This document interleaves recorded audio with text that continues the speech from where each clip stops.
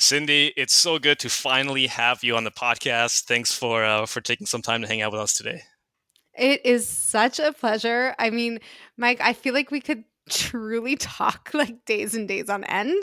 So I'm glad we can just share a conversation with more people. All right. Well, I'm going to try to keep this to a manageable time.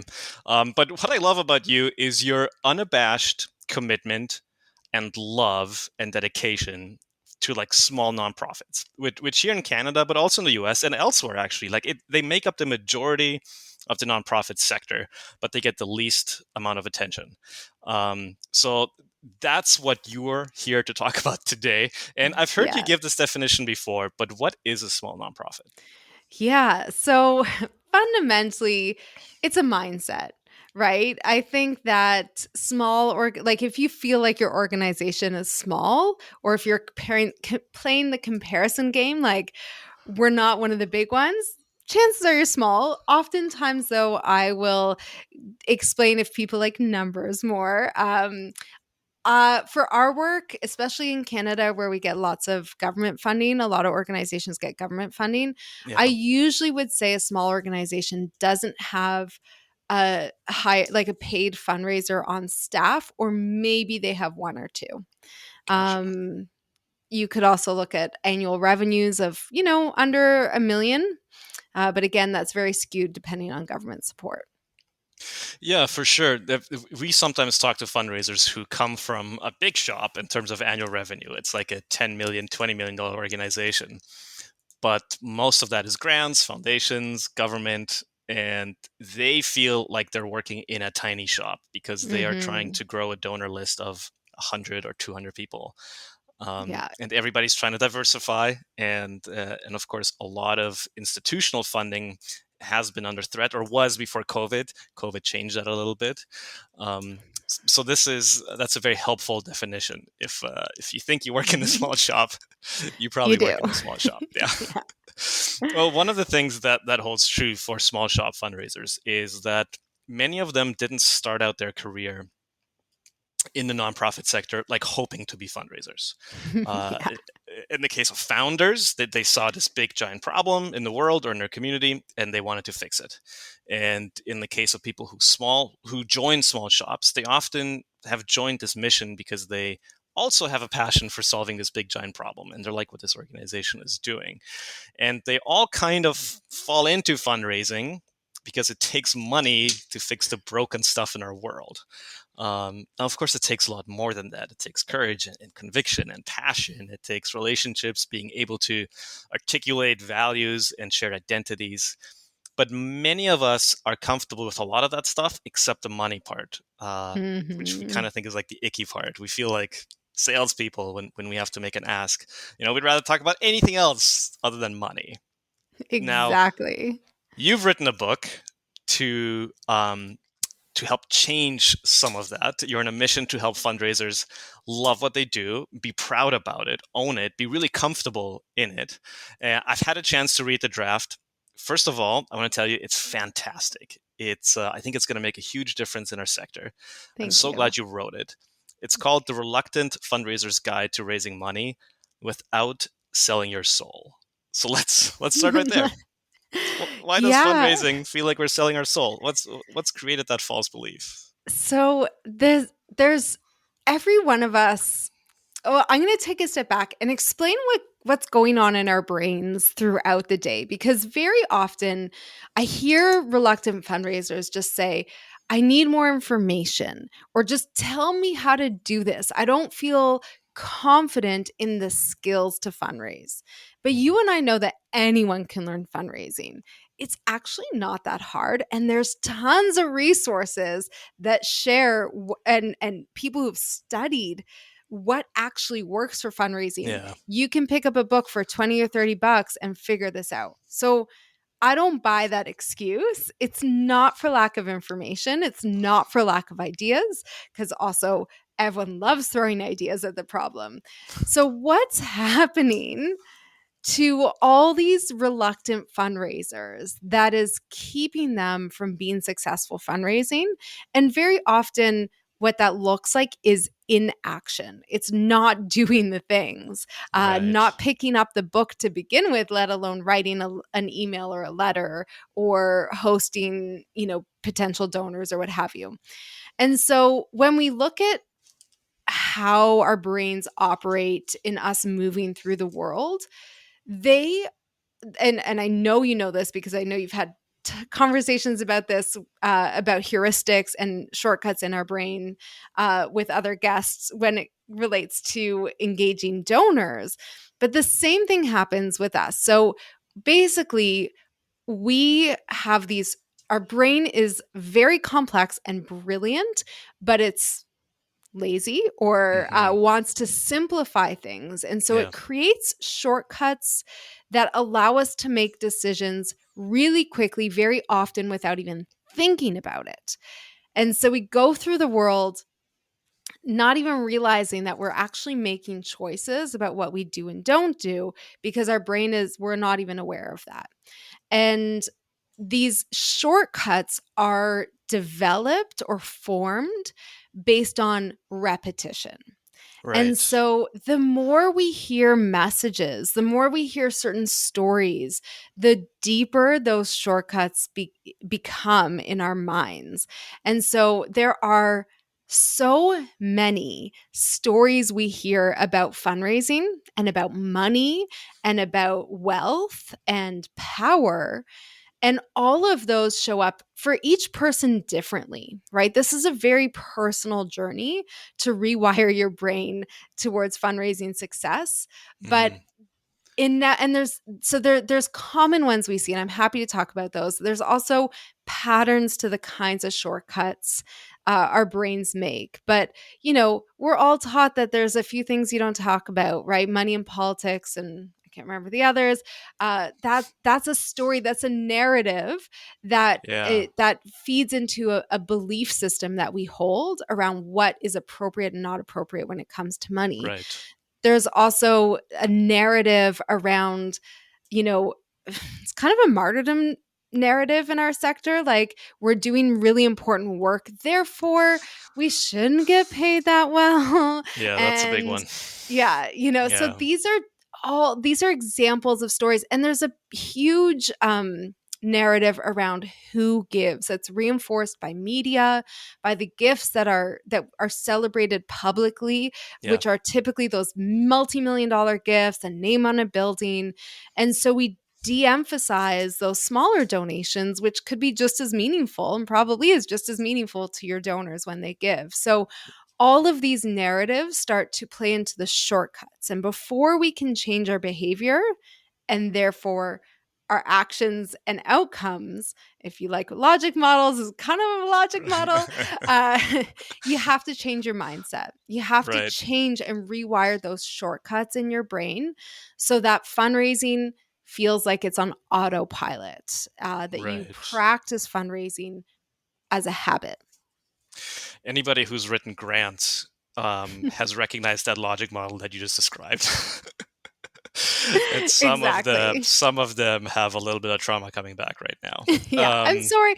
Well, the interesting thing is, so the sequence in your mind, the logic model, if you were, is that there's a circumstance or a trigger. So it can be very triggering, right? And some very often people just shut off. They're like, oh my Right. God, we're talking about fundraising. Let's stop. Next Right. topic.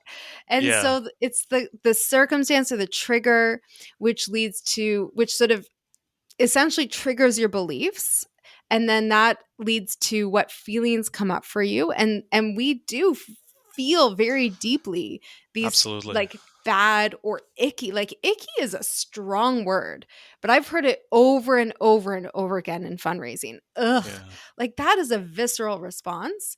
Yeah. um and then those beliefs and feelings lead to action or inaction, which affects our results, and we cannot just throw ideas or how to's at this problem. As I said before, we really have to switch up how our brains are wired. Yeah, that's so interesting. So much of that is a story that we tell ourselves, and then the story that we start to live as a result of it. And I mean, I certainly resonate with that. I think most people who are in fundraising today at some point have resonated with that and might still be in that spot. My first job in the nonprofit sector was working in logistics for an NGO in Germany, and we would collect used medical equipment. We would from hospitals.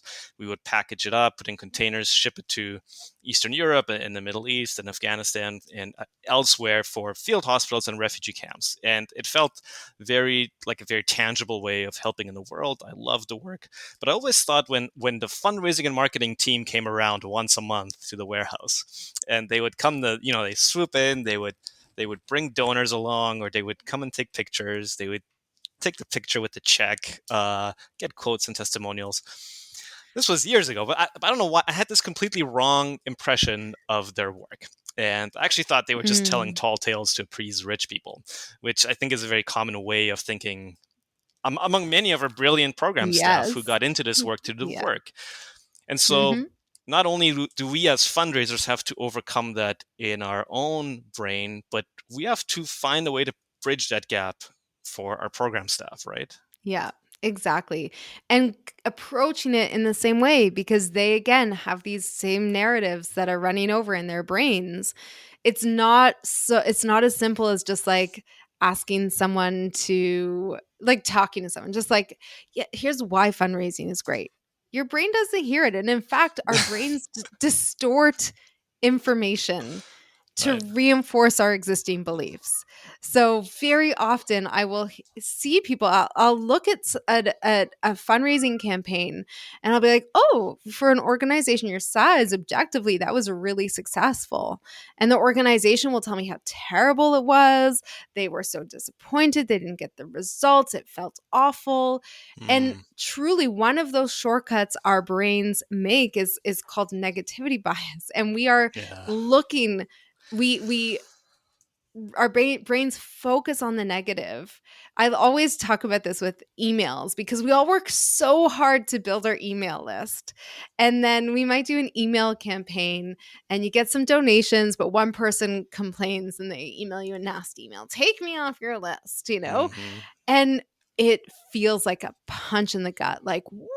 I'm working so hard to, create a really engaging email list and make it meaningful for people. And then this person just comes and like, "Bleh, you suck." We that you suck is amplified about 9 times compared to a positive feedback. So I Right. could have raised like a couple $1,000, but I'm going to remember that really nasty email.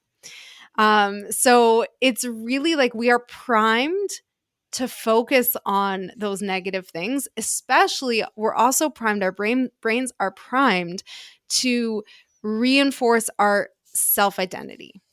So again, if I have the story, and this is especially true of programming staff or accidental fundraisers, people who, Yeah. were brought in to do one thing and end up fundraising, when we repeat over and over again, I'm not a good fundraiser, your brain is going to find evidence to support that and it Right. will actively ignore evidence to the contrary. So it becomes like this negative self-fulfilling prophecy that spirals down like, okay, I tried that.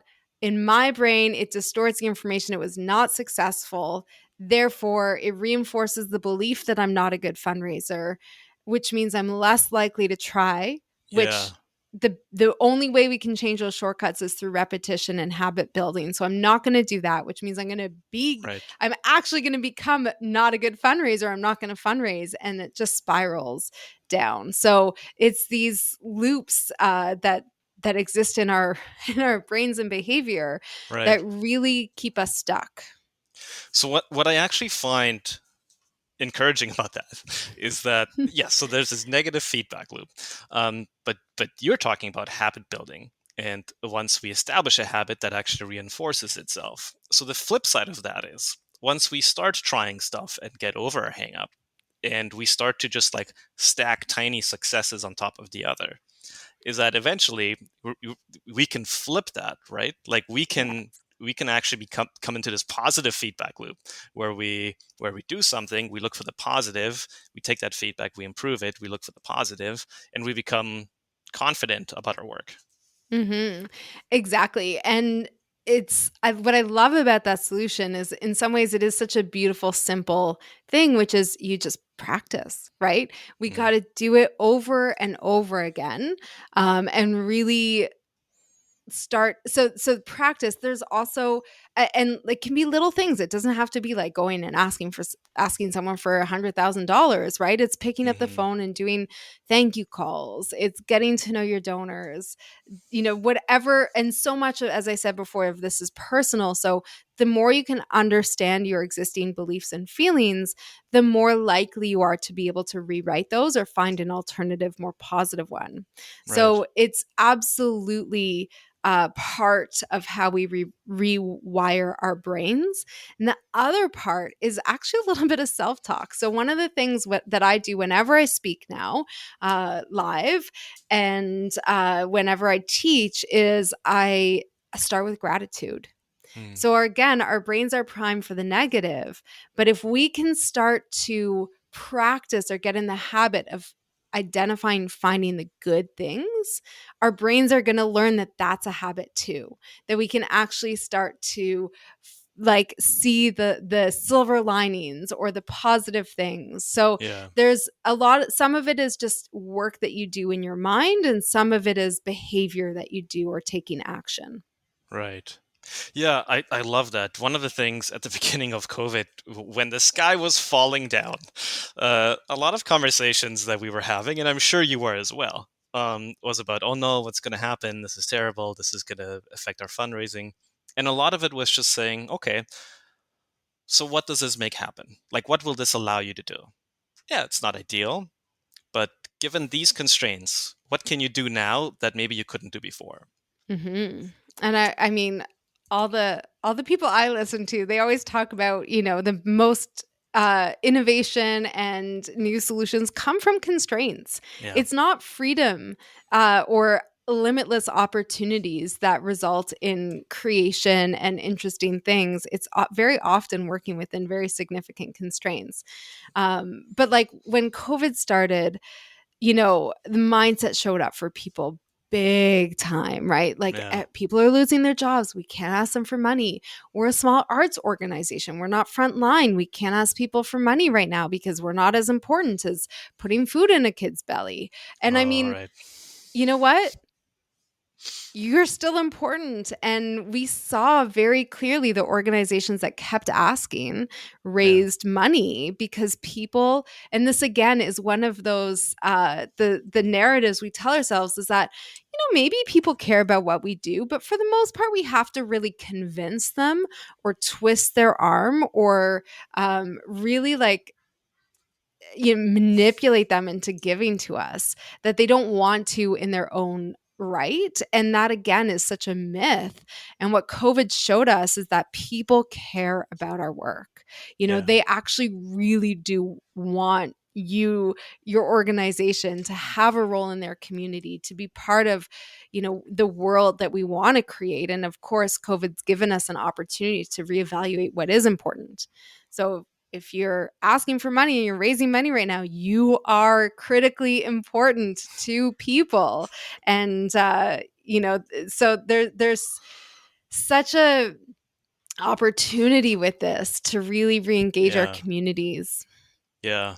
Yeah, and arts organizations, you mentioned arts orgs, they had such a hard time during COVID with the mindset thing. And people need art. We need artists to call us toward hope and to show us the light. And we need artists to reflect back what they see in the world. Yeah.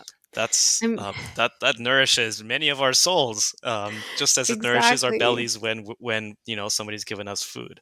Yeah. Yeah. And I mean, we we need these things. They are critically important. And if ever you're in doubt, first of all, ask yourself why you're doing what you're doing because chances are if you're a small organization, you're not doing it for the money. Yeah. So if you can understand what your story is, why you care, why you're sacrificing all these other things. I mean, a lot of us think of it as a calling. Guarantee there are other people who feel that way, and so you want to find those people. You want to connect with them, Yeah. and let them convince you that you're important, because Right. they're going to tell you. One of my favorite things to do with donors, I know you agree with this, is listen, right? I Yeah. advocate for donor meetings. Like literally, it's the thing I cannot stop repeating over and over and over again, but people are really hesitant because a lot of mindset stuff and some of those narratives we talked about, and there are a lot more behind this one. But yeah, I can Yeah. repeat over and over, go meet with your donors, listen to them, and people won't even send an email. Right. But when you hear from your donors about why they care about your work and why they're giving, you can start to see from their perspective that in fact your work is very important to them. Yeah, just ask any of your donors on the phone or in person. Just ask them what's the most meaningful gift you ever made.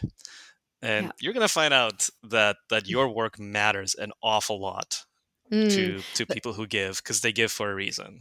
Exactly. And I also love to ask, how does it make you feel? Like physically, again, we actually feel our emotions.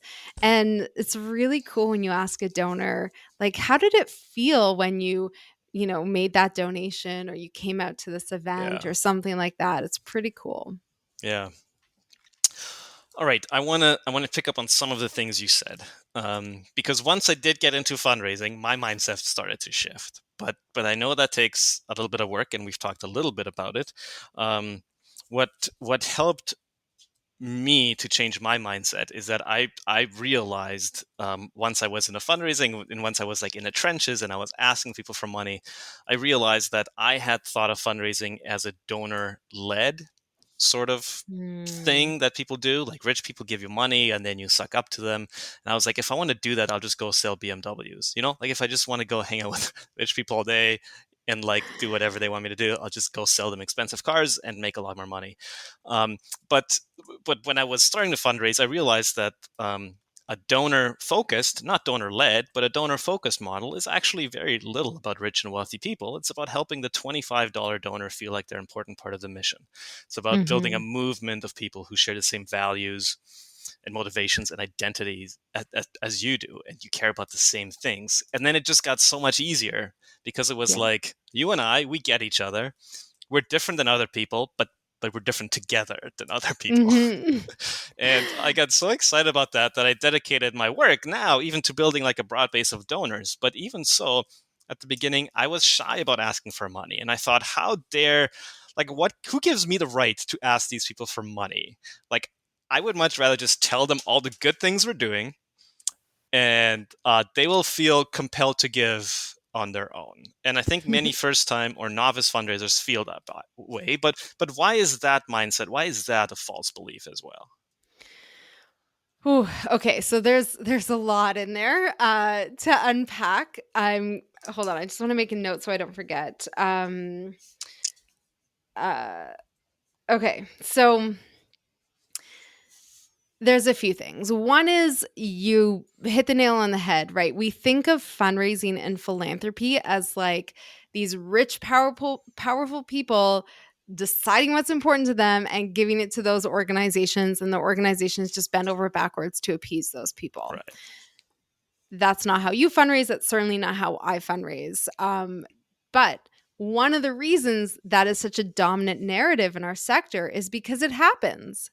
It's out there and Yeah. it happens a lot. And so we've understood that to be how it works. And, it's like it's a generalization, right? Our brain likes to simplify things. And so we generalize. And so when we see the news stories, when we hear the horror stories about that donor who like threw a hissy fit or whatever, it reinforces that belief.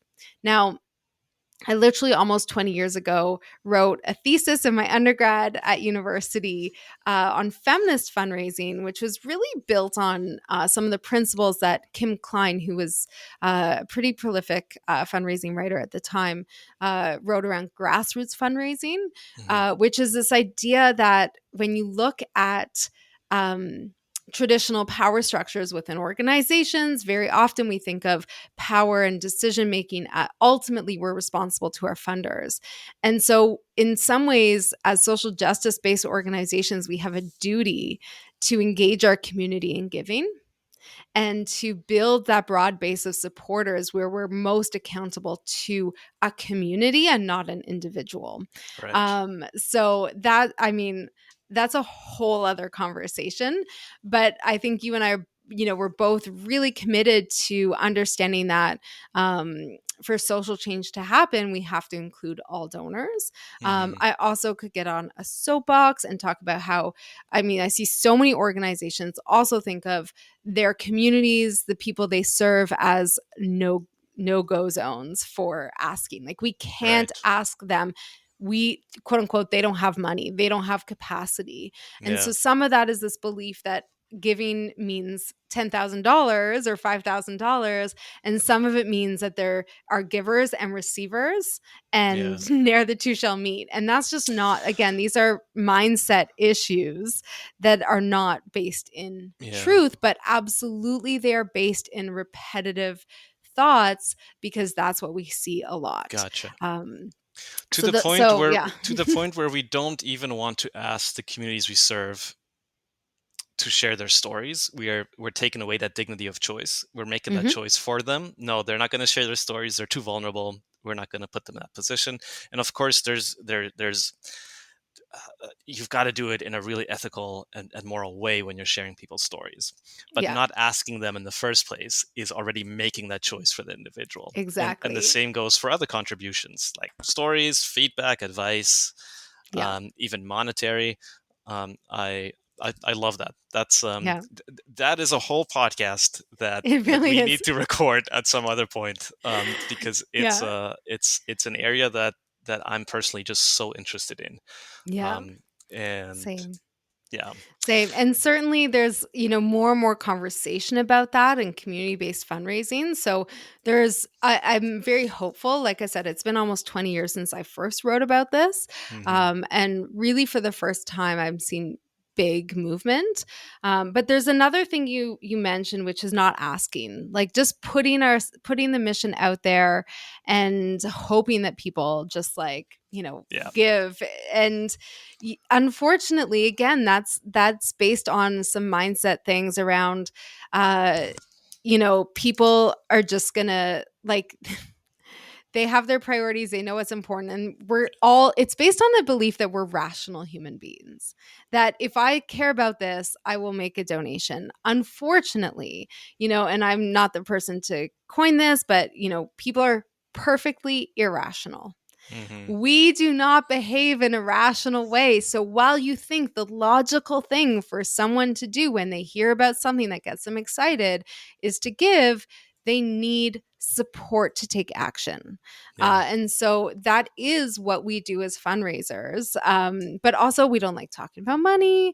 I think, as I said, everyone has their own narrative or their own things that come up. And so if you're worried or if you feel those negative beliefs starting to arise, ask yourself, where did this belief come from? I mean, I just attended a great conference put on by a consulting agency called Agents C. It was about Black Hmm. philanthropy. Yeah. In Toronto. And Yeah. yeah, it was very interesting to hear. And also, we've had guests on the podcast talk about this, that, philanthropy in most racialized communities is not about one rich person supporting everyone else. It's actually about community care. And Right. I'm Jewish, we have the same traditions. You're supposed to set aside 10% of whatever you make to Yeah. support your community. And somehow these things got lost as we became more capitalist as a society and more Western. And so, the stories are there, the narratives are there in our histories around what really empowering fundraising can look like. We Right. just have to revisit that. So I had to give myself a strong enough counter narrative. So if my narrative was, I'm not going to ask for money, I'm just going to tell them what we're doing and hoping they're going to give. And my excuse was, well, I don't want to bother them, right? Like if I tell them what we're doing, either they will be excited or they won't be. But then the counter narrative I had to give myself was like, no, it's arrogant of you not to ask for money. like, are you above help? You're not, right? Like, you need help. And so um, only talking about the awesome things you're doing, it's a pretty arrogant way to be. If your friend was only ever talking about the awesome things that they're doing, um, yeah, I mean, Yeah. it might be a very one-sided friendship. And some of my best friends, let's say if they moved houses and they didn't ask me to help with the move, I would be a little offended. I would be like, Mm, man, I thought we were best friends. You didn't ask me to help you move houses? Like, I would have loved to help yeah. you, Yeah. you Or know? like invite me to the housewarming, please. Yeah. I mean, so Like, the ask for my help. Like, I want to help yeah. you. Yeah, it's a pleasure. It's truly like, uh, one of the things that brings us joy in life. I mean, it's funny though, because you talk about talking and, sharing and just telling people about the work and telling and telling and telling. And that's actually one of the things that doesn't make a good friend. I've had friends who don't shut up and Yeah. we don't want to hang out with them because they don't stop talking.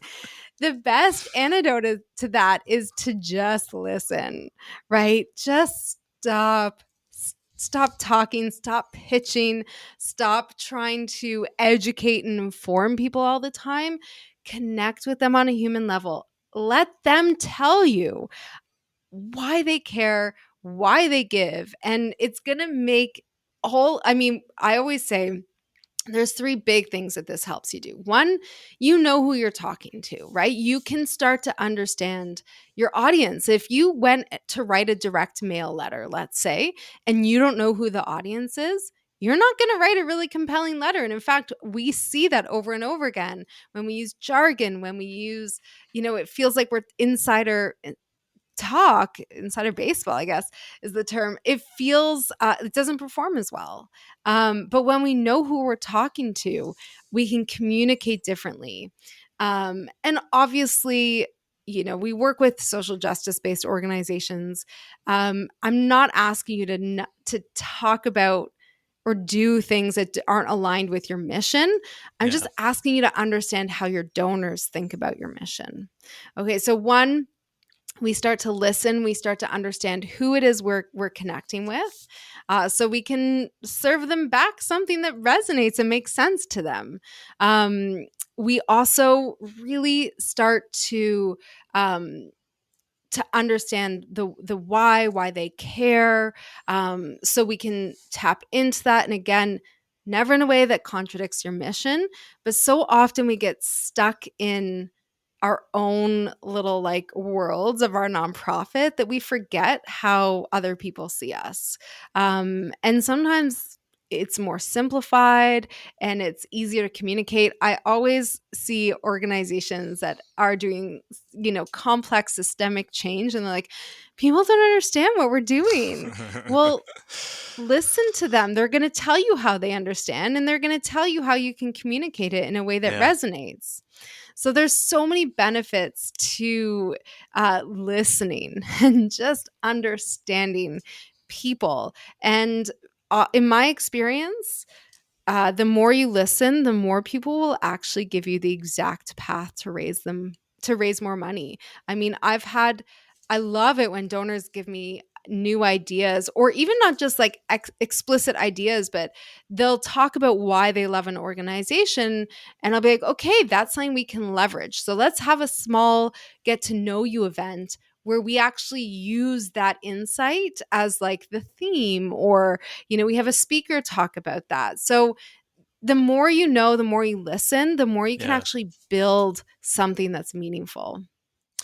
The last objection I want to talk to you about, and it ties into everything we've already been talking and saying, and what you've been talking about, is that fundraising can feel very vulnerable. Mm. There's this visceral anguish that we like some people before a donor meeting or before, they just get so nervous, right? And it's this anguish of being rejected. Sometimes we change our language in direct mail because the fear of offending donors, which is really Mm. just masking the fact that we are uncomfortable with it. And it's Mhm. not really a concern for the donor. It's more so we're uncomfortable with it. Maybe in some cases, it's actually the fear of testing a relationship. Um, Maybe they're not the right donor if they are so offended by that language. But yeah. that's right. Yeah. Um, and so I've managed both chosen fundraisers, people who want to be fundraisers, and also what you call reluctant fundraisers. And this vulnerability makes them feel like they're at the mercy of donors, because Mm, it almost feels like the donor has control over how they're going to feel about this. If they're going to say no, they're going to be the fundraiser is going to be really like feel dejected and take it personally. In your book, you talk about fundraising being the opposite of being at the mercy of other people.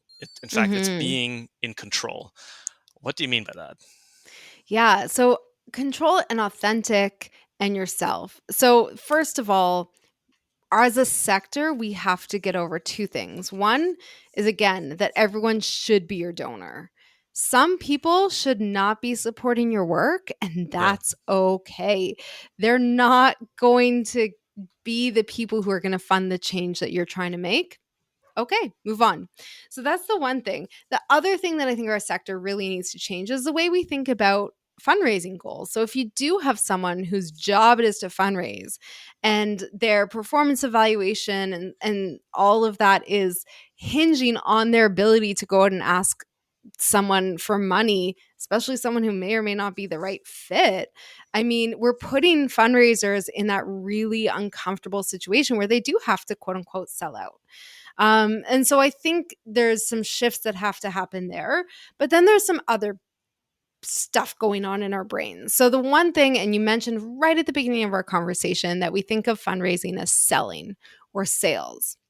And sometimes, like, really good salespeople and really good fundraisers do share a lot in common. Yeah, Unfortunately, there are terrible salespeople, and that's usually who we're thinking of that's right. when we think of fundraising.